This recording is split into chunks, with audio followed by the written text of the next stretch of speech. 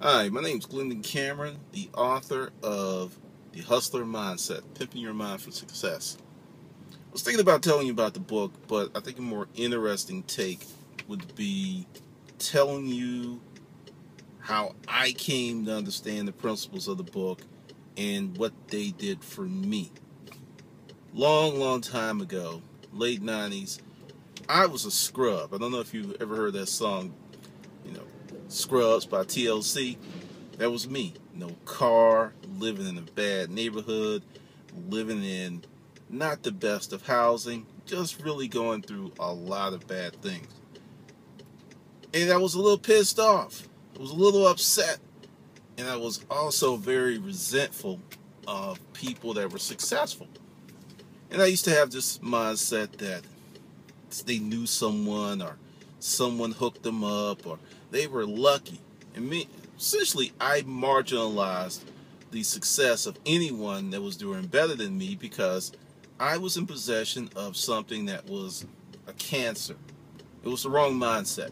I really didn't understand how important mindset was until, by sheer necessity, I had to change my mindset. To get out of my situation, I just one day was really frustrated. I was weighing the options of going back to college because I'm a college dropout. And I sketched things out, and I knew that I was going to have to make some different decisions to realize a different life. I didn't really know how pivotal that was until I really started to put it into play. Essentially, many years of misery, unfulfilled potential, I began to turn that around in mere weeks. 6 weeks. I came up with a plan because I was working 2 minimum wage jobs, or slightly above minimum wage jobs, because I had screwed up and messed up my certification, so I could not work in my field. And one job was to pay bills, the other job was to create a surplus so I can actually do some things. I didn't have a car.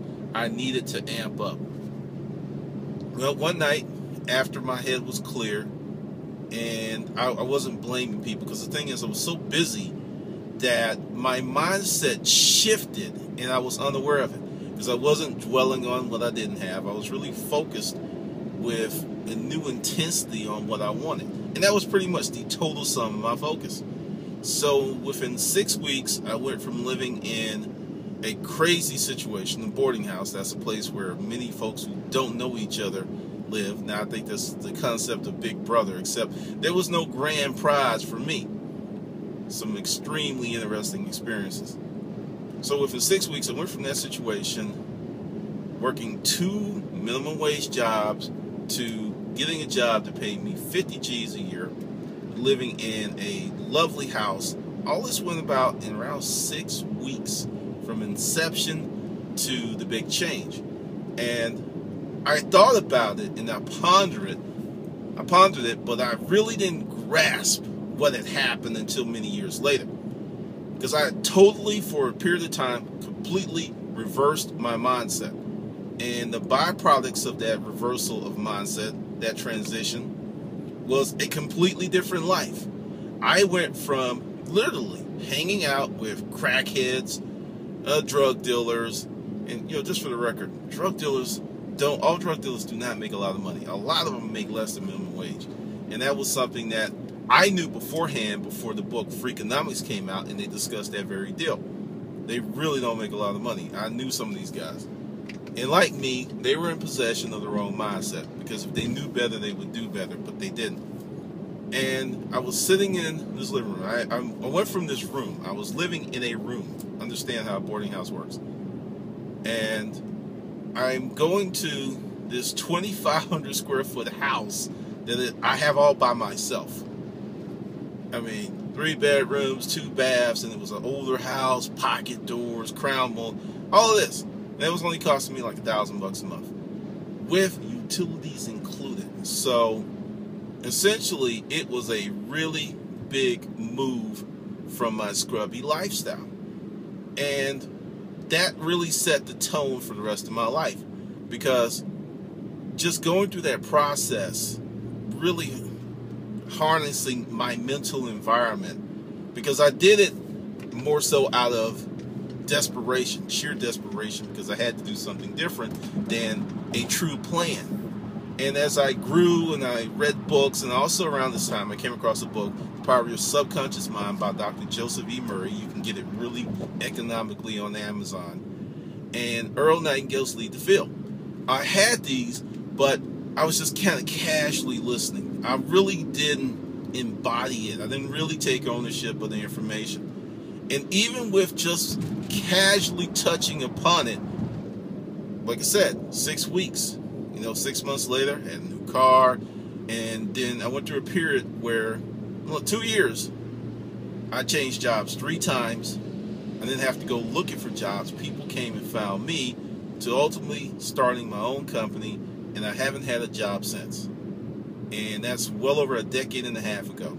Going on about 15 years. I haven't had a job since. I've been able to take care of myself through the efforts of harnessing that mental environment, because it's more important than education, it's more important than ability, it's more important than resources. Because if you have all of those things at your disposal and you have the wrong mindset, you're in the same situation as not having them. It's just that bad. And that's the reason I put the book out and gave you, because there's different laws, and I want you to understand the thing about universal law. Universal law does not wear a moral hat or a moral gown or moral shoes. Does not care if the person that is using those laws is an evil person. This is why you see people who are what we would deem evil, bad, not really good people. They're successful. They're rich. They're living a certain type of life, and then you'll see people that we deem good.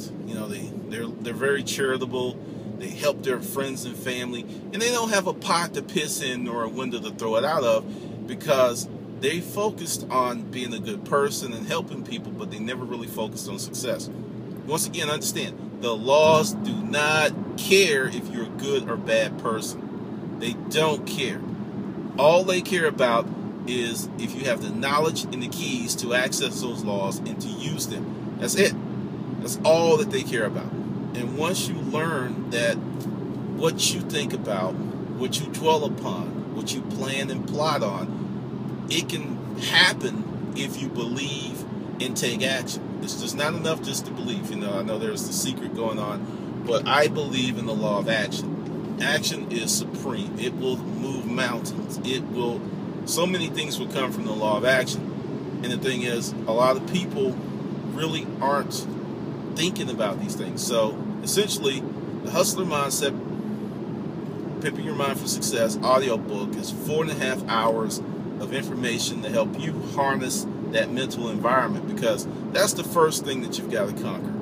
Once you get that done, conquered, and it's going to take time. You understand? I just touched upon it and really changed my life. And when I started to really, really peel back the layers, really look at what was going on, my life became better and better and better, because you do become what you think about. I mean, it's not a statement I'm just throwing out there. It's something I truly believe in. You need to be really careful about what you think about in terms of negative thoughts. You have to be ultra careful in who you allow in your life, because negative people can destroy your mental environment. It's not an intentional thing. It's not a full frontal assault, but the results are the same. So you have to be really, really careful about who you allow into your mental sandbox. What people that you hang with is very, very important. If you're hanging around toxic people, it will be detrimental to your success. That includes spouses and family. I know that's a big one, but sometimes you may have to get rid of someone you love dearly to have the life that you want. And that's a very bold statement. I understand it, but it's true. I've been through it, because I experienced more success on my own than I did when I was paired up with someone. And that's contrary to the narrative that you hear about. It's like, people become very successful because they've got family and spouses.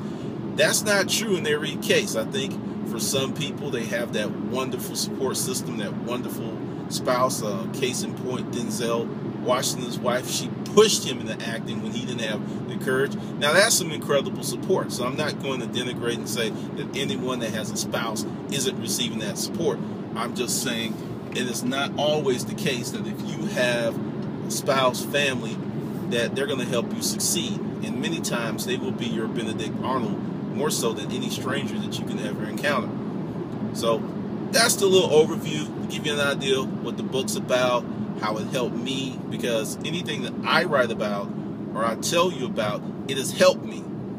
It has helped me, and that's why I can speak on it passionately and tell you I believe in these principles, because I use these principles to this very day. To this very day. And they help me in every area of my life. Anything you can think of, they help me. And like anyone else, I'm still on this journey, and I'm still living. I'm still growing, and that is part of the grand plan, because there's no such thing as done. You still learn, you still grow, and you can still get these lessons, and that makes life more enjoyable. So if you want to improve your life, change how you think, go ahead and get a copy of the audiobook. It's down below. Simple link. You can have 4.5 hours of information that can change your life today. All right, this is Glendon, and I'll see you on the good side.